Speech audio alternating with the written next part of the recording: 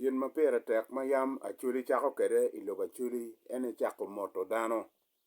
Ka imiero nongo kit gino mo ikene iloba chuli, ichako kimoto dano. Ka iye odiko imoro dano kone wuno chuo ni ning. Chiki gamo le wanchi le wano chuo mabe gangu kuno kono ibuaro chuo ni ning. Ka idi chieng imoro kone wuno ri ni ning. Chi winyo dano gamo wari mabe boto kuno kono. Ene kit ma yam acholi chako kede eno. Teka no yin pe moro dano iloba chuli. Teka yin ikaro ka iduoga duoga kibi nyuru idi yo machere poro ene yo gang pa ngaro mane enoni. Don kaka luo kaka chuli ana chako kimot amoro wun duju umegina kilu megina wedi o kilu rem kit kaka mo ke ken ma chok ki boda ma iloba chuli unyo chok ki boda me lao chok ki boda ma kaber ma papato weng ana chwale mod boto. Dong topic ma antina bino kede ene topic pingo kiluo tim palokok ni tim palokok. Pingo kiluo acholi labuo ni acholi labuo. Amero unu nge mabe. Dak lok ma ana logo enoni, lok enoni ana gamo ki bot babana, ma won babana e obedo ka wacho ke babana chon. En kit ma ana gamo bot babana ne, ene kit ma bena ana kobo bot lutino na, ki dano ko weng entire acholi weng magiti logo acholi, ki ngato mo iken ma winyo leb luo, ana kobo bori wek ini winy. Ikare madong acholi go aki South Sudan. Acholi dong go donyo iboda. Acholi chako ket. Acholi mukene dong labongo gen ke kepe. Jo mukene do chero go poke, go chere West Nile, go doga lu. Jo mukene poke, go ngolo ki malo, iyo rom gicha ikit gum. Go ngolo ki iyagor gicha. Go ngolo ki kabir makiluoni ngo namukora. Kago chero go tuj pade, adilang, agago. Pingo kiluo gini acholi labuo. Achako ki tim palokok. Gin mo weo kiluo tim palokok ni tim palokok. Uno bedo tim mo ma ukok winyo mata ukok kuberi chawa ni puti welo bacholi. Winyo mata ukok en mapienge diang ka uno ti ubedo ka leka gingo gini. Uno tim enoni winyo ukok keken matiye. So kar madong acholi kuchero go gonyong ke penyo gini. Un kono ukaro ke kwena. Ya wan waworo ki tim ma ukok tiye ni. Tim pa ukok. Uweko tindong ingeo pol kare loka ke loko kirma yam chon la puony mo biriewa e ot kwan. Ki waje ni chake achamo dek muchele ki muranga. Oya gikene achamo dek bo kutigul waka. Kit ma lok kere loba chuli eno. So gin ma weo kiluo tim palokok ni tim palokok. Ubero tim mano ukok kekene tiye winyo ukok. Gin ma do kelo eno. Uno chon ki wache wangolo ki tim pa ukok. Eno dong tien nong ki diverting ni ngo tim palokok. Mana gin ma wego nying eno kati. Dong ka ibine ya acholi labuo. Acholi labuo pingo kiluo gini acholi labuo. Chon chano. Uchaka ki ya goro gi. Urom namukora. Agago adilang kwene gi. Weng mano no tim ma lion ke kene tiye. Ileb mono kiluo ni lion. Ente leb ma megwano kiluo ni labuo. Jomo ke luo atunya. Jomo ke luo ni ngu.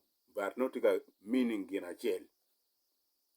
Chi ada acholi mako gono kitung malo. Urom namukora. Agago. Pade. Adilang. Kabir mapapato weng ki malo kuno. Uno atunya no pe yenyo. Uno pe yenya tim atunya. Labuo. Uno in pe yenyo. Atiyo ki nying maduong wek ngo. Ngat ma pe ngeo enini dok kany. Ngat ma pe ngeo eni dok kany. Tika meaning gina chel. Uno labuo pe yenyo. Enta acholi ki gum palo ba. Malo bano do. O blessing gino wachon. Machalo kaka luo. Go karo ki kin labuo. Paka go chero. Kar ma gendong go o. Isai tuwa dilangi padegi. Go gonyong kuno. Jomada go gono en kitui kit gumgi. Kit gum town gi kwene gi. Pieni ka kenyo no lemo mage peke. So kar ma nong go chero go ripe. Kipenye uno ngolo ki kwene. ya wan ong'olo ki malo cha kama labuo duong' iye to twale oweko nying ladit mono kiluongo ni labuo duong'. En labuo duong' gi en ong'olo en ki malo ki acholi mokane.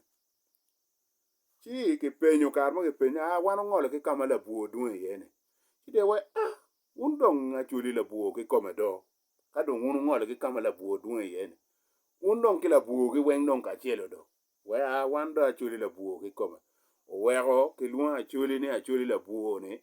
Gung'olo ki malo itim kama labuo duong' iye. Ento paka acholi okaro ki blessing malo bano kere kom acholi.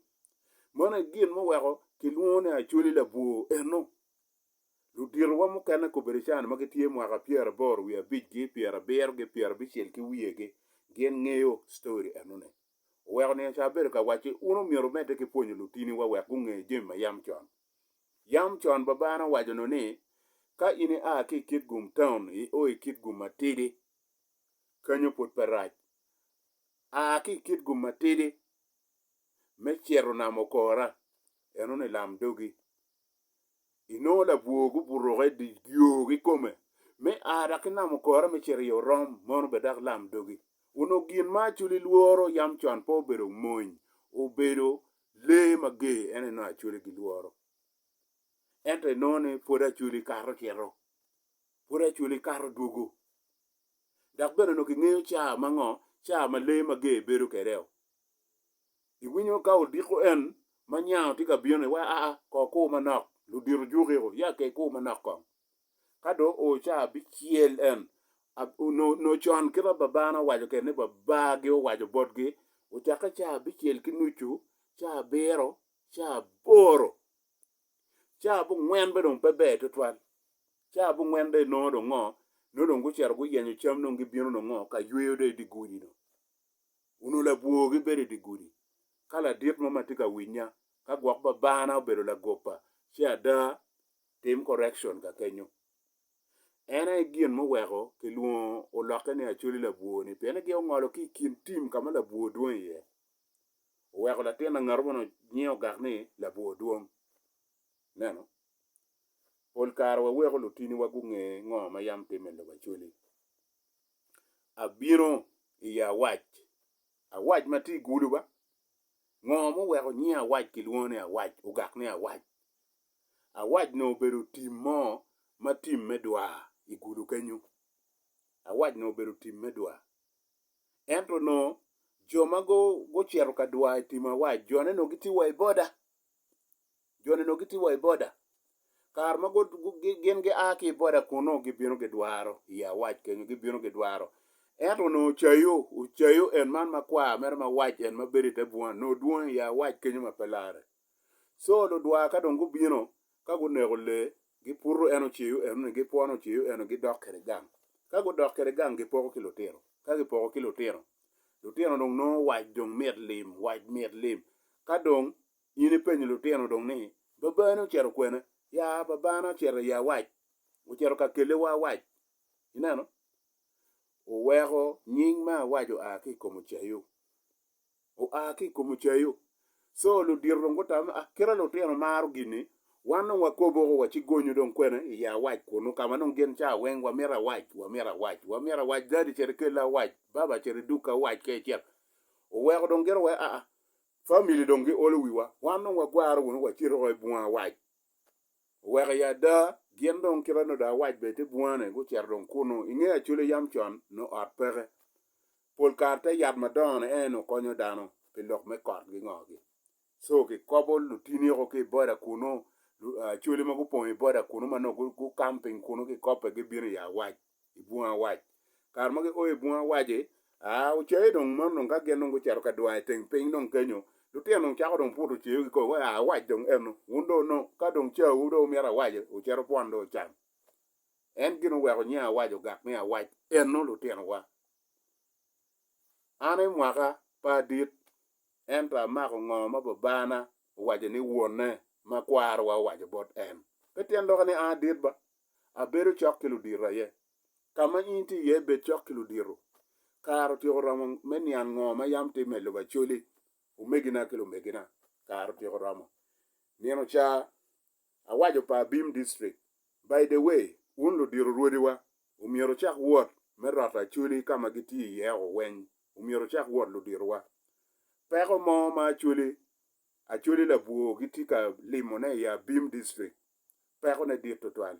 Umiero kwany karo chere ya Bim District, weka da uchero nen peko matikono. Wan weng rema chiel. An kedi Kristo ama, amero wacha po elwak dujo, magineno an pol kare. Daka imero no lok ba mega, chere YouTube channel ba mega, kedi Kristo ama, chere kune subscribing, chere sharing bod la wore, wapeki wang o, chere sharing ngoma ana logo, weko puonj lo teno wa young generation magitika biro. Ana mero foe un kachelo, kaka luo, kaka choli, mauti lo mawako, uti Uganda, Kenya, Tanzania, South Sudan. Respect, afoe un total. Un pol karo miyo iwa support, jimi mpejo mautimo pe wan, watiga fonyo kaka, yom chunti ye. Ana foe, lubang gwaku kamuti ye. Achole kaka matek, daka chole kaka mojua, lipim afoe.